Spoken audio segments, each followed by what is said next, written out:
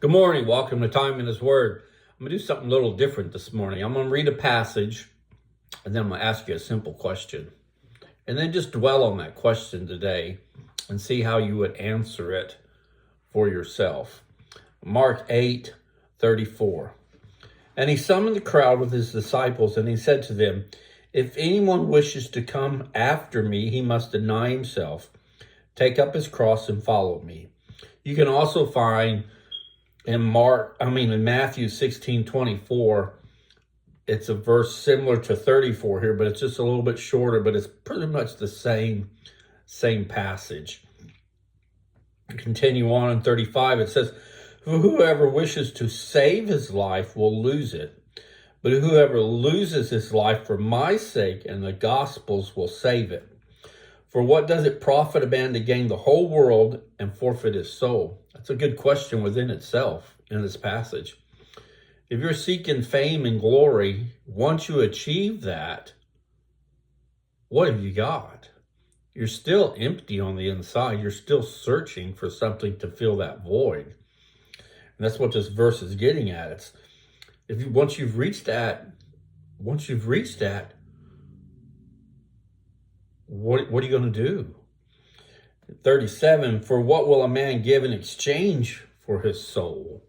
So what are you going to give in exchange? If you reach fame and glory, if you're seeking that, once you get it, what are you going to give to get your soul back? Because you've had to sell yourself out to your character, to your morals.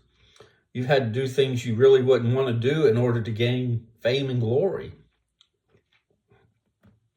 "For whoever is ashamed of me and my words in this adulterous and sinful generation, the Son of Man will also be ashamed of him when he comes in the glory of his Father with the holy angels."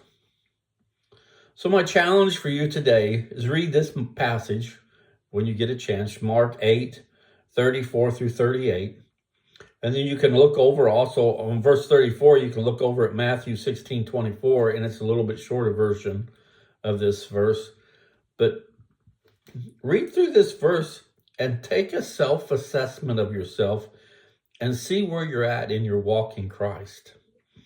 Are you seeking the right things? Are you seeking God in his glory? Or are you seeking the shiny things that Satan holds before us? You're seeking what Satan's holding before you, when you reach the end of that road, there's nothing there. You're still with that empty void that you're trying to fill. Where on the other hand, if you seek God and his glory and his riches, you'll always have that feeling that you're full. You've found what you're looking for to fill that void in your life. Is it a difficult life, a difficult walk? Yes, it is. You'll be challenged along the way in many different ways. But as we read in James the other day, challenges are good because they strengthen you both in character, your faith, your walk in Christ. But so as you, like I said, think about this passage today and think about where you're at in your walk in Christ. But focus on verse 38. "For whoever is ashamed of me and my words in this adulterous and sinful generation, the Son of Man will also be ashamed of him when he comes in the glory of his Father with the holy angels." When you're standing before Christ at judgment, is he going to be ashamed of him? Is he going to be ashamed of you as you were ashamed of him here on earth?